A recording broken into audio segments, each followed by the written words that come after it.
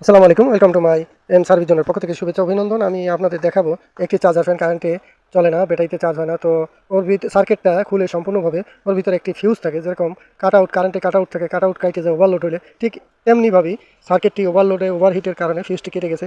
তো নতুন করে ফিউজটি কানেকশন করে ফ্যানটি আগের মতো চালু করছি। তো আপনারা ভিডিওটি না টেনে শেষ পর্যন্ত দেখতে থাকুন এবং চ্যানেলটিকে সাবস্ক্রাইব, লাইক, কমেন্ট, শেয়ার করুন, যাতে সামনে আরও নতুন নতুন ভিডিও আপনাদের দেখা